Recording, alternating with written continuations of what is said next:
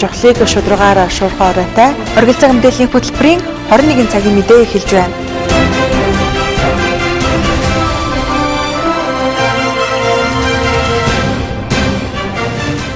Оройн төргийн үзэгчтэй өнөөдөр л 5 гараг Орхон аймгийн хэмжээнд болж өнгөрсөн цаг үеийн болон мэдээ сурвалжлагуудыг оргил цаг мэдээллийн хөтөлбөр хүрэхэд бэлэн боллоо. Өдөр бүр 18-21 цагуудаас та бүхэнд жохлыг шударгаар шуурхай оройтой ажиллан мэдээ сурвалжлагуудыг хүргэж байгаа лээ. Ингээд 21 цагийн мэдээнд анхаарлаа хандуулно. Хөтөлбөрийнхаа эхэнд бид аймгийн ус цагуур орчны шинжилгээний албанаас эрүүлсэн цагаараа мэдээллээр эхлүүлж байна. За 11 дугаар сарын 17-ноос 25-ны өдрүүдэд нийт нутгаар хүтний эрч чангарч их хэмжээний цас орох төлөвтэй байна. За иймд иргэдийг олон нийтийн үйл ажиллагаа буюу холын замд гарахдаа анхаарал болгоомжтой байх. За түншлэн бага насны хүүхдүүдийг хичээл сургуультай явахдаа дулаан хувцалж байх хэрэгтэй гэдгийг зөвлөж байгаамаа. За дээр нь хөдөө аж ахуйн салбар болон малчдад ч гэсэн цагаагаар энэ онцгой хүтний эрчим чангарах үеэр анхаарал болгоомжтой байхыг энэхүү мэдээлэлээр дамжуулан хүргэж байна. Аймгийн ус цагуур орчны шинжилгээний албанаас 11 дугаар сарын 17-ноос 25-ны хүртэлх цагаагарын урьдчилсан мэдээллийг өгч байна. Энэ сарын 17, 18, 19-ний өдрүүдэд их хэмжээний цас орж хүүтний эрч эрс нэмэгдэх төлөвтэй байгааг иргэдэд анхааруулж байна. 11, 12 дугаар сард хурд тундас олон жилийн дунджаас ахиу орох төлөвтэй байгаа бөгөөд мөн 11, 12 дугаар саруудад олон жилийн дунджаас хүүтэн байх төлөвтэй байна хэмээн мэдээлж байна. Тэгээд манай аймгийн хэмжээнд гэх юм бол Эрдэнэт хот орчмоор одоо энэ цас орж хүүтрээ тий шөндөө хасах 25-аас 30 градус хүрч хүүтрээд өдөртөө 15-аас 20 градус хүүтэн байхаар байна. Улаан толгой буюу жаргалан цумын хувьд гэх юм бол арай хүүтэн шөндөө 30-аас 35 градус хүрч хүүтэрч өдөртөө 17-аас 22 градусын хүүтэн байхаар байна. 17-18-да цас ер нь нэг ороод болиол гэдэг процесс байдаг шүү дээ. Яг тийм процесстэй. Тэгээд шуурганы хувьд гэх юм бол үе бас цасан шуургаас шуурхаар байна. Тэгээ дээрэс нь одоо бас их хэмжээний цас ороод цасан бүрхүүл тогтцохоор бас маллага тэр хариулга тий болон зам тээврийн ажил бас таагүй нөлөөлөх байгааг бас ард иргэдтэй анхааруулмаар байна. За иргэн нь бол одоо хүүтэрч байгаанаас мэдэгдэж байна. Тий 11 сар маань өөрөө олон жилийн дунджаас дулаахан гарсан. Тэгсээр нодлонтой харьцуулах юм бол нодлон бол ойр хэдэн жилдээ харьцуулахад 12 сард хүрдэг хасах 30 хэмийн үүдэнд бол 11 сартаа бол хүрч байна. Тийм. Уулархаг район болохоор уулархаг район бас бичил хотын бас бичил уур амьсгал байдаг болохоор манайхаас тэгдлээ бүр хасах 40-40-ийг даваа 45 хүртлээ тэгж хүдрэхгүй. 11 дугаар сарын 25-ныг дуустал нийт нутгаар хүүтний эрч чангарч цасан шуурхтай байх тул иргэд баталгаатай зам гүүрээр зорчиж шаардлагагүй тохиолдолд холын замд явахгүй байхыг аймгийн онцгой байдлын газраас анхааруулж байна. За ер нь бол энэ жил бол цагаагарын хувьд бол их хүндрэлтэй жил болохоор байгаа.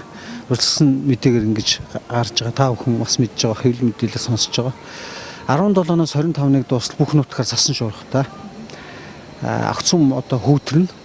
Тэгэхээр манай малчид иргэд маань одоо баталгаатай аврам нутгийн замаар зорчих шаардлагатай тохиолдолд бол өөрсдийнхөө аюулгүй байдлыг хангах, машин техникийн бүрэн бүтэн байдал, бензин тосныхоо нөөц бүх юм тооцоолж ингээд цагаагарын мэдээгээ сонсож явахгүй бол ер нь бол цагаагарын аюултай үзэгдлүүд энэ хугацаанд үргэлжлэх учраас ард иргэдтэй сэрэмжлүүлж онцгой байдлын газраас сэрэмжлэл хүргэж байна. За хүүтрэгтэй холбоотой орон нутгийн зам даваагүй боогдох тийм ээ халдваргаа гулгаа үүсэх юм бас аюултайгаас гадна хүүтрэхээр одоо манай аймгийн хэмжээнд ихэнх нь одоо гэр хороололд амьдарч байгаа шүү дээ тийм ээ. Тэгэхээр гэр хороололд амьдарч байгаа айл өрхүүд маань одоо галгаа ихсдэг. Тэгэхээр пишн цохны галын аюулгүй байдал. Дээрээс нь одоо үүс тижэл галын аюулгүй байдлыг хангахгүй бол бас хүүтрэгтэй холбоотой энэ асуудлууд бас хоёр дахь эрсдэл болж үүсэж байгаа. Пишн цохны галын аюулгүй байдлыг хангахын тулд эхлээд бүрэн бүтэн байдлыг үзэх ёстой. Дараа нь фишингийн урд талд төмөр байх ёстой гэдгийг анхаарах ёстой. Яндангийн залгаанууд ямар байна гэдгийг ер нь гараад үзчих хэрэгтэй. Цахилгааны аюулгүй байдал бас одоо үзэж шалгаж мэрэгжлийн байгууллагаас үлгээ авч мэрэгчлэлтэнгүүдээр холбоотыг хийлгэхгүй бол одоо ачаал нэмэгдэнэ. Халаалтын одоо бүх ачаалууд нэмэгдэх учраас хүүтрэлтэй холбоотой ард иргэдтэй галын аюулгүй байдлыг хангаж одоо ажил амьдралаас зохицуулаарай гэж бас онцгой байдлын газраас хэмжлүүлж. цаг үр орчин шинжилгээний албанаас өгч байгаа мэдээллүүдээр улс орны хэмжээнд энэ жил хүйтэн өвөл болохыг сэрэмжлүүлж байгаа юм. Манай аймгийн тухайд их нууруудын хотхоор намдор газар хотын бичил уур амьсгалд байрладаг учраас өвлийн улиралд хасах 32 хүртэл хүүтэрдэг бөгөөд хасах 40 хэм рүү орж хүүтэрдэггүй байна. Манай аймгийн хувьд орон нутгийн онцлогийг харуулсан брэнд бүтээгдэхүүн ховортойд тооцогддог. Тэгвэл гадаад дотоодын жуулчид хэрэглэгчдийн таашаалд нийцсэн чанартай бүтээгдэхүүн үйлчилгээг бий болгох, дээр нь Эрдэнэтийн брэнд бүтээгдэхүүнтэй болох зорилготой болцолт уралдаан зохион байгуулагдаж брэнд бүтээгдэхүүнийг шалгаруулжээ. Гадаад дотоодын жуулчид хэрэглэгчдийн таашаалд нийцсэн чанартай бүтээгдэхүүн үйлчилгээг бий болгох, бэлэг дурсгалын зүйлийн нэр төрлийг олшруулах, орон нутгийн шилдэг брэнд бүтээгдэхүүнтэй болох болцолт уралдааныг аймгийн хэмжээнд зарласан. Болцолт уралдааны 3 сарын хугацаатай зохион байгуулж брэнд бүтээгдэхүүнийг шалгаруулсан байна. Ингэхдээ холбогдох ажлын хэсэг шалгуур үзүүлэлтийн дагуу дүгнэхээс гадна иргэд олон нийтэд санал асуулгыг авч дүгнсэн байна. Брэнд бүтээгдэхүүний шалгаруулалтанд хүнс, ноос ноолуур, нэхмэл бүтээгдэхүүн, арьс шир, зис бүтээгдэхүүнээр үйлдвэрлэл эрхэлж байгаа 19 иргэн аж ахуй нэгж байгууллага 30 гаруй нэр төрлийн бүтээгдэхүүнээр оролцжээ. Үүнээс 5 бүтээгдэхүүнийг шалгаруулсан байна. Брэнд бүтээгдэхүүн тавигдах шалгуур үзүүлэлтийн тухайд ижил төстэй бүтээгдэхүүнээс ялгархуйц онцлог шинж чанар агуулсан, тухайн бүтээгдэхүүн нь стандарт эрүүл ахуйн шаардлага хангасан, тогтмол олноор үйлдвэрлэх боломжтой, орон нутгийн түүхийн эдэд тулгуурласан зэсээр хийсэн бүтээгдэхүүнийг тусгаалan шалгаруулахаар тусгасан юм а. Үйлдвэрлэл нь бас тогтвортой явах, цаашаад олноор үйлдвэрлэх боломжтой. Тэгээд тодорхой хэмжээний Эрдэнэтийн Орхон аймгийн маань тодорхой онцлогийг харуулсан ийм бүтээгдэхүүн байх ёстой гэдэг дээр бид нар үзүүлэлтээ гаргасан байж байгаа. За энэ үзэсгэлэнгээс бид нар бас нэлээд дийлийнх нь бас хүнсний бүтээгдэхүүнүүд оролцсон байж байгаа. Тэгээд бас ажлын хэсэг энэ дээр ажиллахаас гадна бас иргэдийн санал асуулга авч иж тэгжээж бид нар бас бүтээгдэхүүний шалгаруулалтыг явуулсан байж байгаа. За энд онцлог хэлгээд бол яг зөвхөн хүнсний үйлдвэрийн төрүүд маань ордоо, цагаан ихтгэлт гэдэг энэ гандан уул гэдэг энэ үйлдвэрүүд маань бас тодорхой хэмжээнд үйл ажиллагаанд тогтворцсон үйл ажиллагаа явуулж байгаа. Бүтээгдэхүүн нь арай өөр болоод сав баглаатай болоод Эрдэнэт гэсэн бас нэг хаягтай болоод ирэхээр зэрэг арай өөр болж ирж байна. За үзэсгэлэн хөдөлд яг энэ брэнд бүтээгдэхүүнд зориулж бас манай орда компани болохоор хайрын жигнэг гэдэг сав баглаатай гоё бичиг гаргасан байсан. За цагаан ихтгэлт компани маань бас чигнэгийн цуглуулга гэдэг тийм гоё нэлээд бас импортын бараа бүтээгдэхүүнийг орлох үс ийм бичээний төрлийг гаргаж ирсэн байна. За шалгарсан бүтээгдэхүүн бид нар бол нэгдүгээрт бол өргөмжлөл мөнгөн шагнал байгаа. За гуравдугаарт бид нар тодорхой хэмжээний Эрдэнэт брэнд гэсэн тийм логог тавьж өгөх ийм нэг бэлтгэлийг хангаж байна. Шалгаруулалтаар гар урлалт, бэлэг дурсгалын брэнд бүтээгдэхүүний төрөлд Эргэн Түмэнбаярын зэсээр уралсан аяга, Натурал Текстайл компани түүхэн дурсгалт хэвсэн бүтээгдэхүүн, хүнсний брэнд бүтээгдэхүүний төрөлд Эрдмит компани адууны утсан гита, годон, цагаан итгэлт компани жигнэмгийн цуглуулга, бэлгийн багцын төрөлд Ширмэг цүнх компани арьсан бүтээгдэхүүний цомог тус шалгарчээ. Шалгарсан аж ахуй нэгж байгууллагад Орхон аймгийн засаг даргын тамгын газрын хөгжлийн бодлогын хилтэс хэрэглэгчийн эрх ашгийг хамгаалах нийгэмлэгийн хэрэглэгчдэд таашаагдсан бүтээгдэхүүн хүндэт өргөмжлөл олгосон бөгөөд Эрдэнэт брэнд гэсэн логог шалгарсан бүтээгдэхүүнд олгохын зэрэгцээ бүтээгдэхүүнийг бодлогоор дэмжин ажиллах юм байна. Мөн орон нутгийн брэнд үйлдвэрлэгчид бүтээгдэхүүнээ Эрдэнэтэд үйлдвэрлэх худалдаа үйлдвэрлэлийн төвд борлуулах юм байна. За хотын төвийн багууд дотроос харьцангуй ачаал өндөртэй байдаг багуудын тоонд оюут болон мөн уурхаачин гэсэн багууд ордог. За энд Эрдэнэт цогцлбор сургууль бас байрладаг. За тэгвэл Эрдэнэт цогцлбор сургууль нь 2015 онд өндөр ачаалтай ажиллаж байсан. Тухайлх юм бол 3 ээлжээр хичээлж байсан. Тэгвэл Эрдэнэт цогцлбор сургуулийн барилгыг өргөдгөх ажлыг хийх хэрэгтэй гэж үзсэн учраас боловсрол соёлын газраас зохицуулт хийж 2015 оны 5 дугаар сард бол шинэ өргөтгөлийн байрны шав тавих ёслолыг зохион байгуулж байсан. За тэгвэл энэ ажил яг ямар учраас ямар шалтгаанаар зогссон бэ? Хөрөнгө оруулалт нь хаана байгаа? Энэ барилга ер нь ашиглалтанд орох уу гэсэн энэ асуултын хариултыг бас авч манай сэтгүүлч дараах дэлгэрэнгүй мэдээлэл илтгэжээ. Жилээс жилд ерөнхий боловсролын сургуулийн сурагчдын тоо нэмэгдэж байгаа энэ үед сургуулийн өргөтгөлийн ажил хийгдэхгүй зогссон байна гэсэн харамсалтай мэдээ байна. Эрдэнэт цогцлбор сургуулийн хувьд өмнөх жилүүдэд ачаалттай хичээлж байсан ер нь аймгийн хэмжээнд шинэ сургууль заашгүй хэрэгтэй энэ үед юуны учир ажил явагдахгүй байгаа талаар сургуулийн удирдлагуудаас тодруулахад өргөтгөлийн ажил бидний хэрээс хэтэрсэн. Ямар ч мэдээлэл байхгүй тул яриа өгөх боломжгүй гэлээ. Тиймээс боловсролын газраас тодруулахад дараах хариуг өгсөн юм а. Эрдэнэт цогцлбор сургуулийн өргөтгөлийн байрыг барих ажлыг хятадын хөрөнгө оруулалттай концессийн гэрээгээр одоо байгуулахаар одоо ерөнхийдөө засгийн газар яамнаас шийдээд шийдвэрэн тодорхой хэмжээгээр бас нэлээд шатанд боломжийн шатанд явсан учраас 2015 оны 5 сард одоо шав тавьсан. За шав тавих үйл ажиллагаанд боловсрол соёлын шинжилгээ ухааны сайд одоо Асан Гаан Төмөр сайд ирж оролцож байсан. За энэ ажлын одоо ингээд хариу хүлээлтийн байдалтай байж байгаад тодруулахад за энэ хятадын хөрөнгө оруулалттай энэ олон сургууль байгуулахаар тэмээ бариулахаар ингээд гэрээ хийсэн байсан. За энэ хөрөнгө оруулалтын хэмжээ одоо боломжгүй болсон учраас Улаанбаатар цөөн эдийн сургуулийг концессийн гэрээгээр байгуулахаар шийдвэрлсэн. Орон нутагт бол одоо ямар ч боломж байхгүй гэсэн хариу өгсөн учраас ингээд зогсчихсон байж байгаа. Тэгээд нөгөө нэг нөлөөлөл нь болохоор ингээ хоёр засгийн газрын тий асуудал ингээд сонгуультай холбоотой хоёр засгийн газрын бас ингээд бүтцбэрлэлт өөрчлөлттэй холбоотой энэ байдал бол ерөөсөө л одоо зогссон байдалтай л байна. Сургуулийн багтаамжийн асуудал жилээс жилд асуудал дагуулдаг байна. Харин хоёр засгийн газрын өөрчлөлтөөс хамаарат цаашид үргэлжлэх боломжгүй болсон гэлээ. Мөн хятадын хөрөнгө оруулалтаар олон сургууль байгуулах байсан нь Улаанбаатар хотоос бусад орон нутагт хэрэгжих боломжгүй болсон байна. Манай аймагт хөрөнгө оруулалт хийгдэж сургууль баригдсан бол дахин сургуулийн багтаамж ачаал ярихгүй байх боломж бүрдэх байлаа гэж боловсрол соёл шинжилгээ ухааны газрын мэргэжилтэн тайлбар хийсэн юм а. Орхон аймаг хөдөө аж ахуйн гаралтай хүнсний бүтээгдэхүүнд антибиотикийн үлдэгдэл илрүүлэх тандал шинжилгээг хийжээ. Энэ нь Орхон аймгийн хувьд төдийгүй за улс орны хэмжээнд бас орон нутагт анх удаага хийгдсэн ажил гэдгийг онцолж байгаа. За энэ үйл ажиллагаанд 80 гаруй байгууллага аж ахуйн нэгж одоогийн байдлаар хамрагдаад байгаа. Тэгвэл тандалт судалгаа хэдий бага хүрээг хамарж байгаач за ихэнх дээжээс нь эвомик гэдэг зүйл илэрч байгаа нь малчид эмийн замбраагүй хэрэглээтэй болсны илрэл гэдгийг хэлж байгаамаа. Энэхүү мэдээллийг сэтгүүлч бүр бэлжээ бэлтгэлээ. Уг шинжилгээний үр дүнгээр махмахан бүтээгдэхүүнд нитрит тодорхойлох шинжилгээгээр 85 аж ахуйн нэгж иргэдийн 92 дээжинд бүгдд нь илрээгүй стандарт хэмжээнд байгааг тогтоосон байна. За харин шинжилгээгээр сүүний 5 дээж буюу 23.8% нефиталектамин бүлгийн эмийн үлдэгдэл илэрч байгаа нь өндөр үзүүлэлт юм.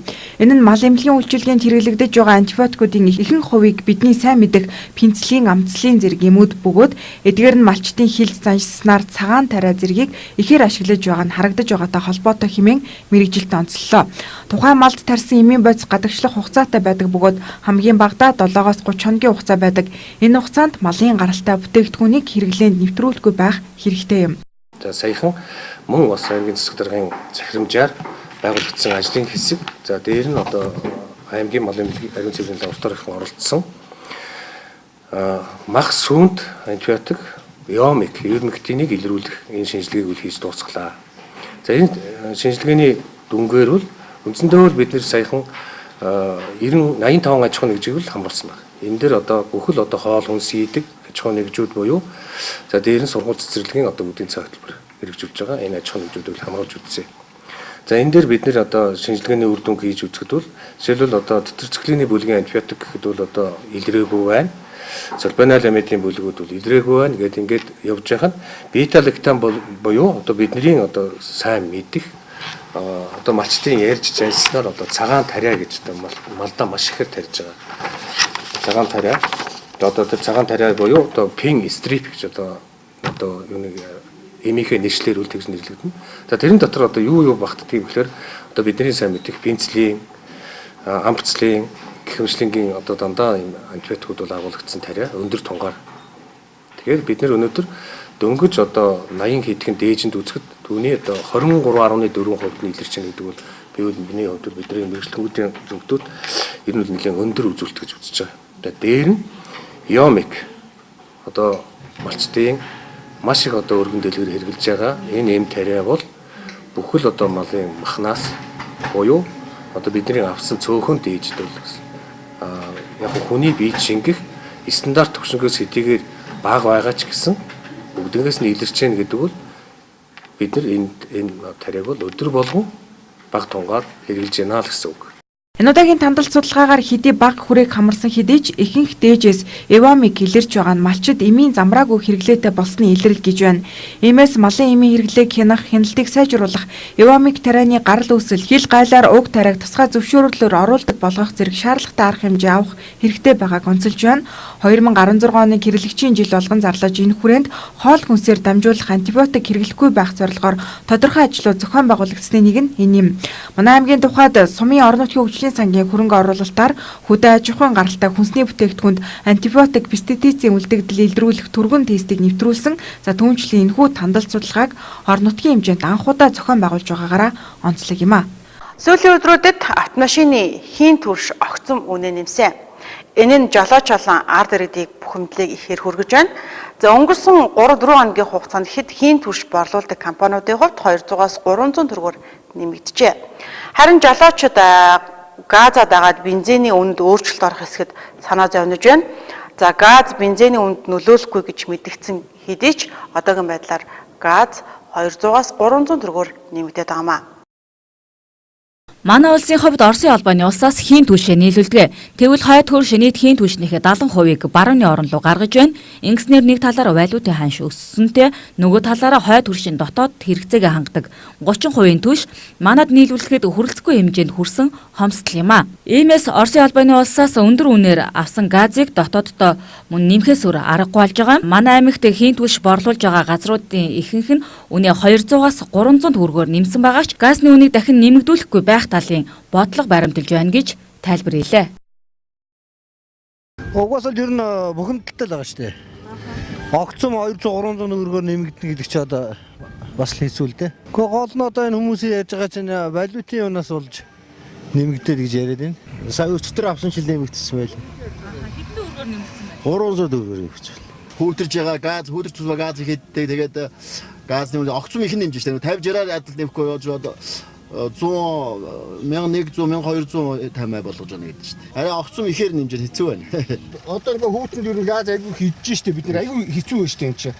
Одоо энэ дандаа энэ тослолоо чинь 400-аар явж 100 төгрөг нэмчихэд бид нарт ашигтай байдаг. Тэг чи ерөөсөө бус юм нэмэгдээд байдаг, таксины үн нэмэгдэхгүй. Бид нар айгүй хохиролтой байгаа ш. Юу нэг гор газ нэг 3-4 хоногийн өмнөөс нэмэгдчихүү дээ баг. Тэгсэн. Тий.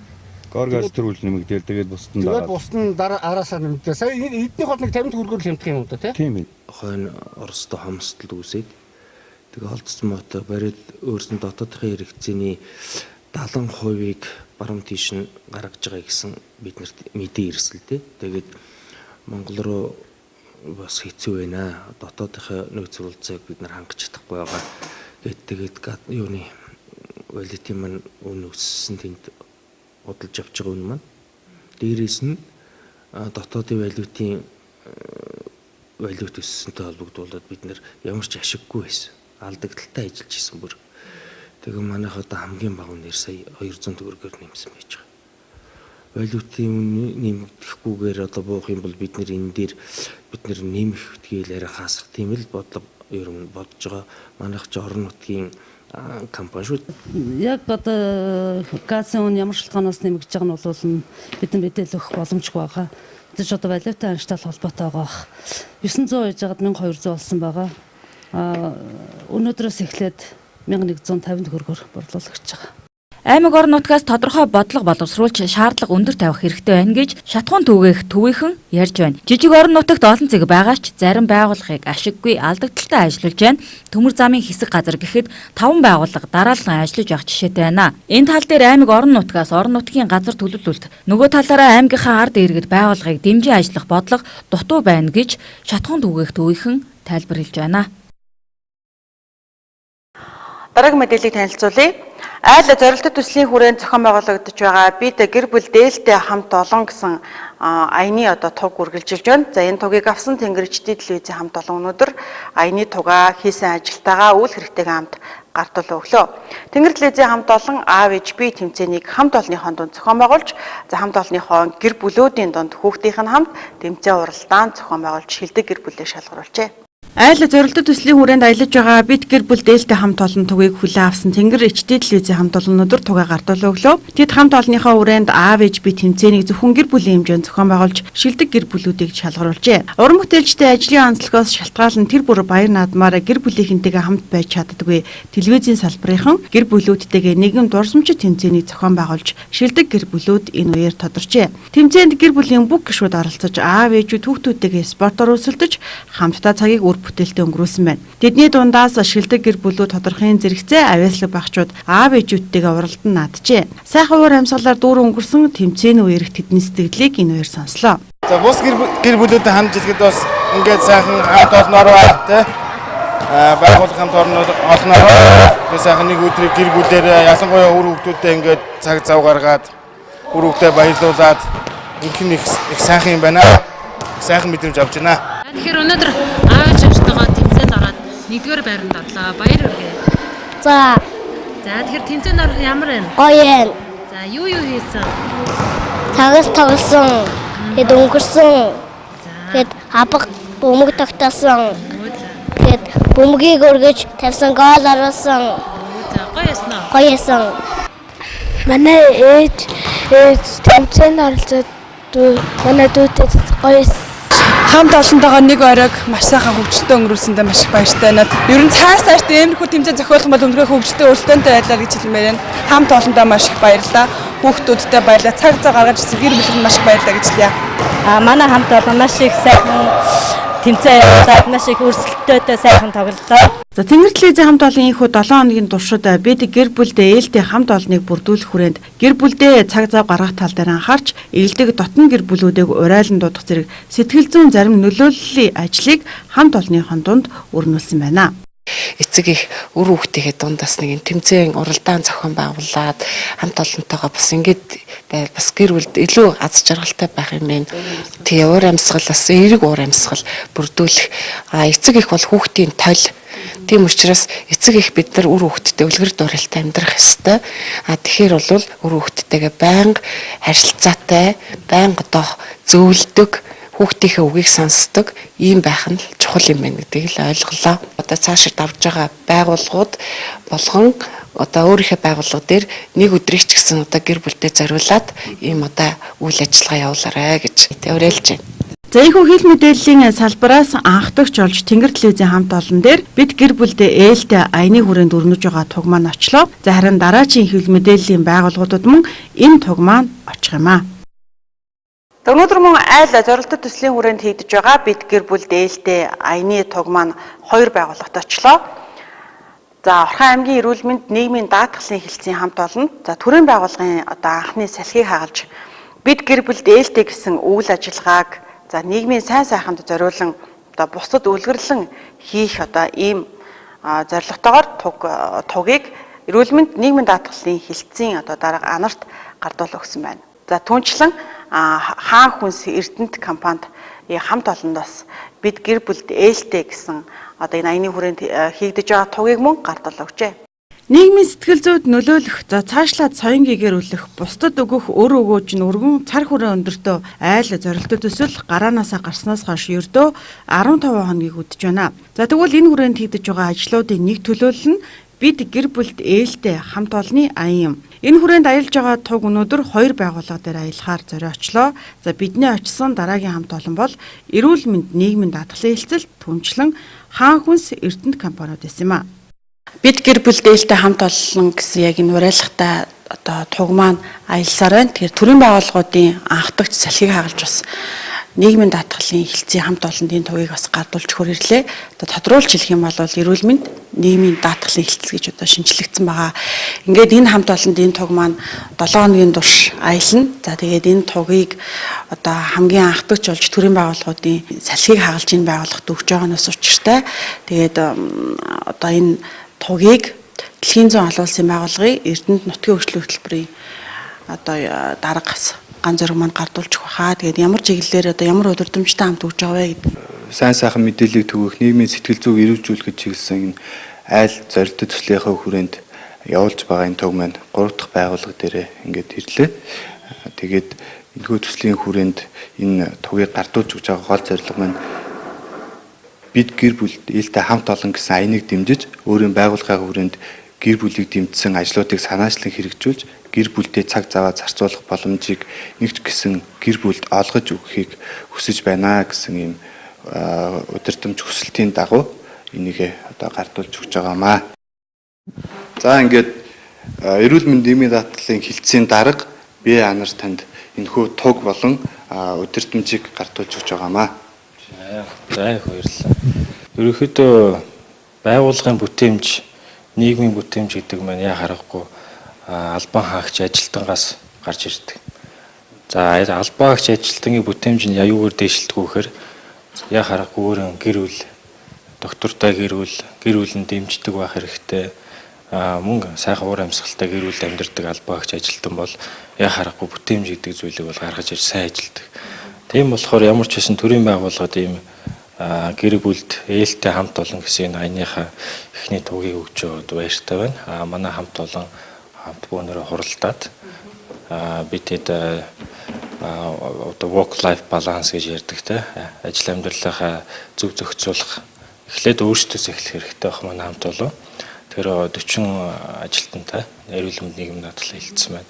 Тэгэхээр бид нэр өөрсдөөс эхлээд ажил дээр хэм ажил дээр үр бүтээлтэй үр дүнтэйгээр дуусгаад цагтаа буцдаг гэр бүл дээрээ цагтаа яваад очдөг байхаар за цаашлаад энэ нийгэмд бусад Орхон аймгийнхаа даатгуулагч ажил олгогчдоо бас энийг бас урьдчилах ажлыг бас бид нар бол зохион байгуулъя гэдэгт бол хэлье. Нийгмийн даатгалын хилцээний хамт олон уг аяныг бас тугийг маш баяртайгаар ухтаа авч энэ чиглэлд хамт олонныхоо хүрээнд хэд хэдэн томоохон ажлуудыг зохион байгуулахаа бидэнд амласан. За ер нь бол нийгмийн хөдөлгөгч гол хүчин зүйл бол гэр бүлийн доктортой байдал цаашлаад уур амьсгал таатай байснаар ажлын бүтээмж харагдах сайн талтай. За тэрчүүднээсээ аж ахуйн нөхцөл байгууллагууд хүний нөөцийн бодлогодоо илүү анхаарч гэр бүлд чиглэсэн ээлтэй байх нь чухал бодлого гэдгийг анар дарга ярьсан юм а. Тиймээс нийгмийн энэ чухал зүйлд гар бие оролцсон үлгэрлэх ажлыг хамт олноороо хэлэлцэн хийж иргэн олон таатай өөрчлөлтүүдийн хамт тугаа гардуулах өгнө гэдгээч хэлсэн юм. За бид тугаа барьсаар дараагийнхаа аялах байгууллага дээр ирлээ. За тэгтээ хувийн хвшлийн тэр ялангуяа хүнсний салбарын анхны байгууллага дээр бас ирж байна те.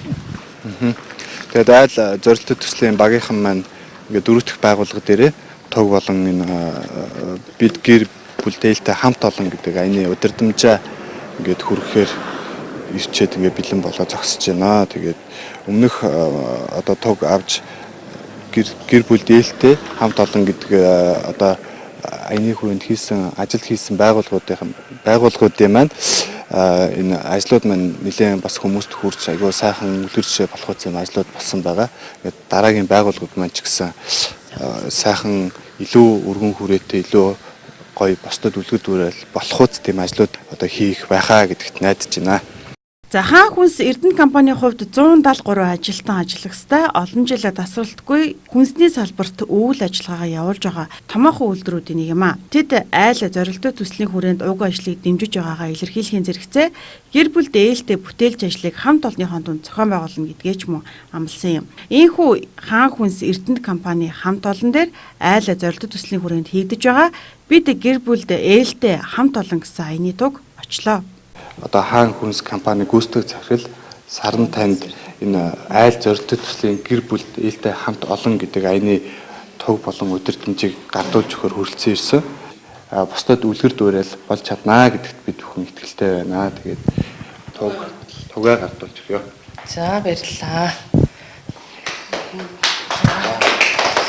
За манайх 170 гаруй ажилтнтай. Тий. Тэгээд энэ бол ингээд мэдж байгаа зорилттой төслийг тэгээд бид уншиж байгаа харж байгаа ер нь бол ингээд гэр бүлийнхээ хүрээнд бид бас анхаарал хандуулж хандуулах хэрэгтэй юм байна тий. Тэр хүүхдүүдийн хэлж байгаа үг ямар амар хүчтэй юм тий. Тэгэхээр бид одоо бас энийг яг өмнө нь ярьж исэн ийм зорилт хөтөлбөрүүд явж гин бид одоо энд бас ингээ оролцох хэрэгтэй гэд. Тэгээ манай байгууллагт энэ аяны туг ирж байгаад баяртай. Манайхан бол баяртай үлээж байгаа тодорхой ажлуудыг зохион байгуулад 7 хоногийн дараа та бүхэнд үр дүнтэйгээр тугаа гардуулж өгнө.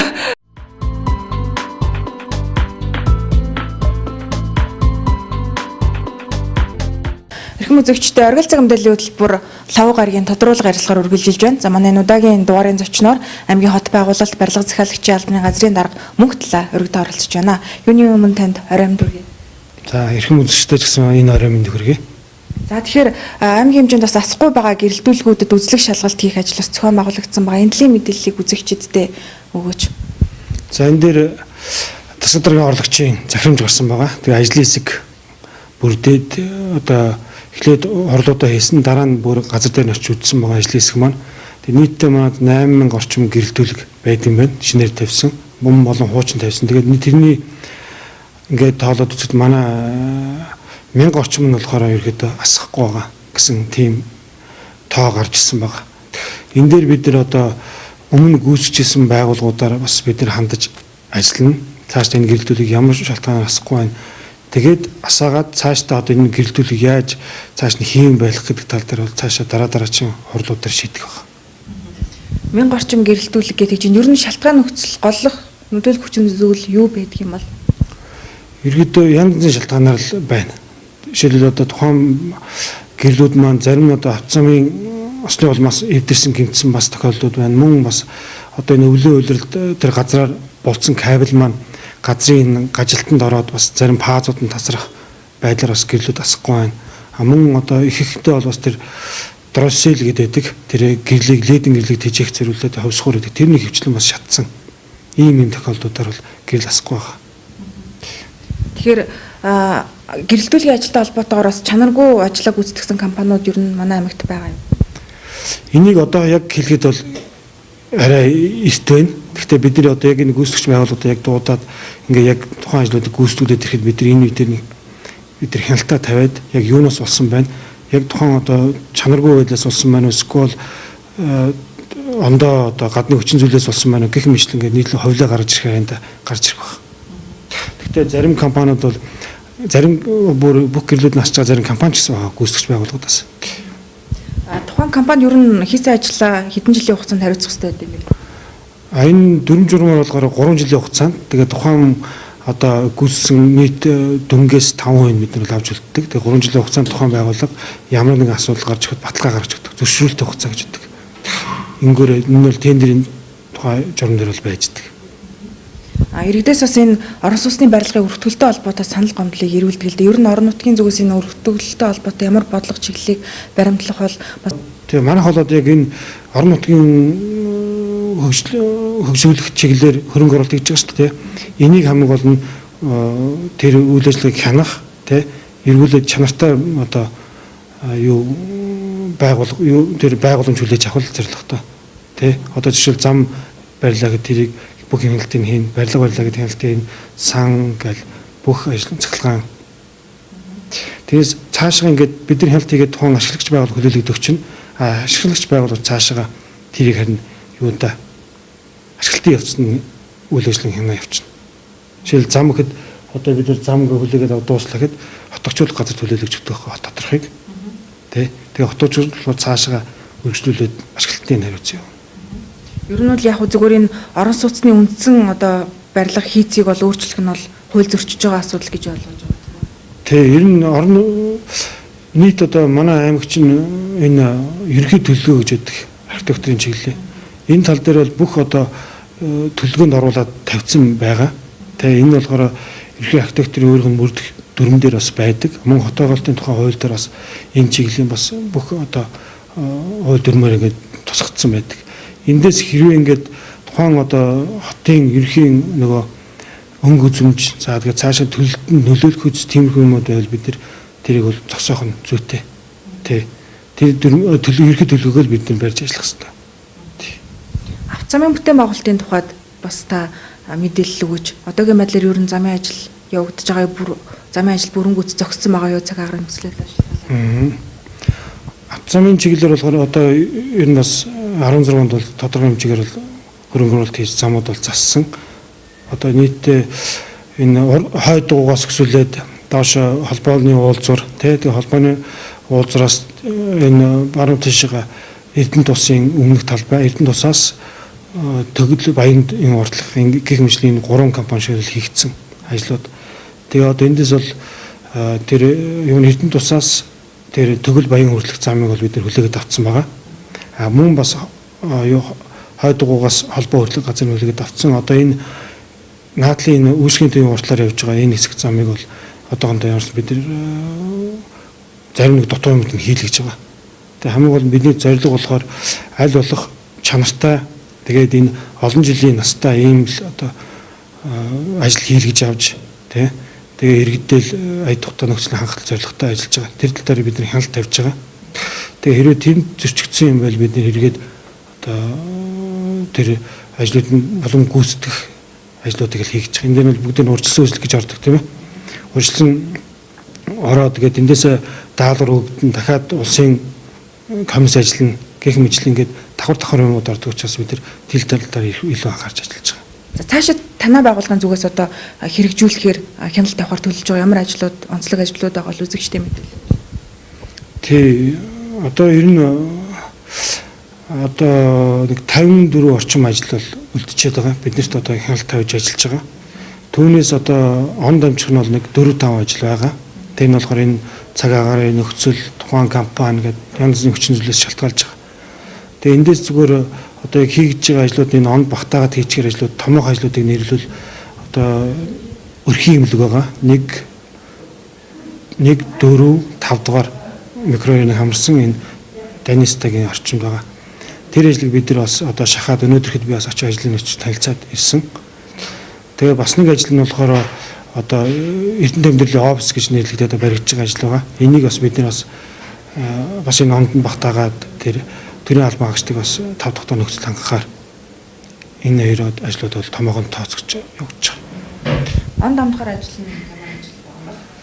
За он домдох ажил бол одоо энэ Эрдэнэт баг дээр байрлаж байгаа өргөх станц байдаг. Тэн дээр жишээл бид нар одоо тэр 1600-ыг дүүрэхийн тулд тэр өргөх станц зориулж баригдсан. Тэн дээр болохоор одоо технологийн гурван алдагдаад бас яг тэр ажиллагаа нь сайн хийгдэхгүй байгаа. Энэ дээр бас бид нар он дамжих магадaltaй ажил нэг жишээлбэл. За баярлалаа мэдээлэл өгсөн. За баярлалаа. Үзэгчтэй оргил цаг мэдээллийн хөтөлбөр тодруулга харилцахаар үргэлжлэлээ. Өнөөдрийн мэдээллийн хөтөлбөрийн сонгуульд үзэгч танд баярлалаа. За пүрэв гарагт болох үйл явдлын мэдээ сурвалжлагуудыг та оргил цаг мэдээллийн хөтөлбөрөөс хүлээн авч үзээрэй. 21 цагийн мэдээллийн хөтөлбөрийн төгсгөлд хүн бүрт аз жаргал, эерэг энерги, бусдад одоо өгөх сэтгэлийн тэр нандин зүйлийг дэлгэх нэгэн сайхан бичлэгийг хүргэж байна. Та бүхэн сэтгэлийнхаа одоо ертөнцийг нээж энэ сайхан бичлэгийг хүлээн авч үзнэ үү? หนูอยากได้พ่อที่ดีกว่านี้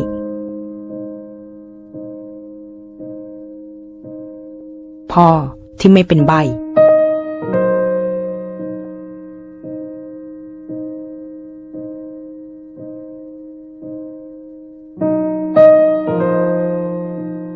พ่อที่เหมือนคนอื่น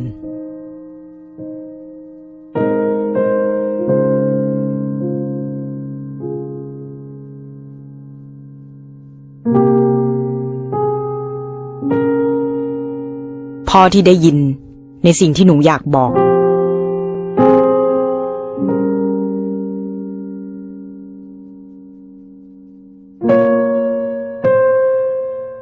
พ่อที่พูดได้แล้วก็เข้าใจหนูได้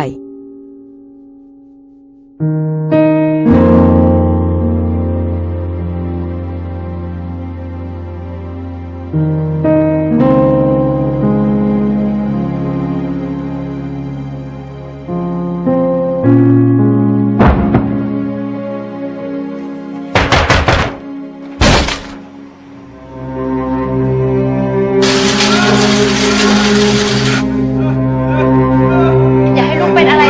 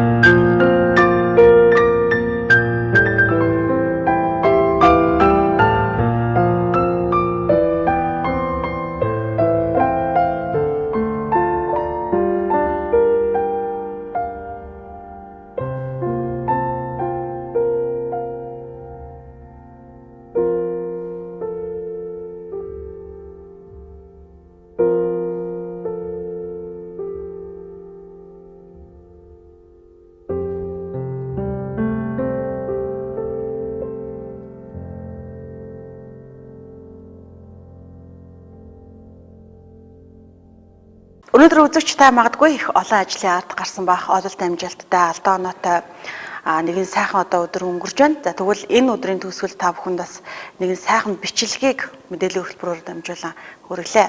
Айл гэр болгон аз жаргалын нийт хөрөөр залгиж авалтгай. 21 цагийн мэдээ өгөр өндөрлөж байна. Үзэгч та хөтөлбөрийн төгсгөлд цаг агаарын мэдээлэл хүлээн авч үзнэ үү. Маргааш мэдээллийн хөтөлбөрөөр уулзъя. Баяртай.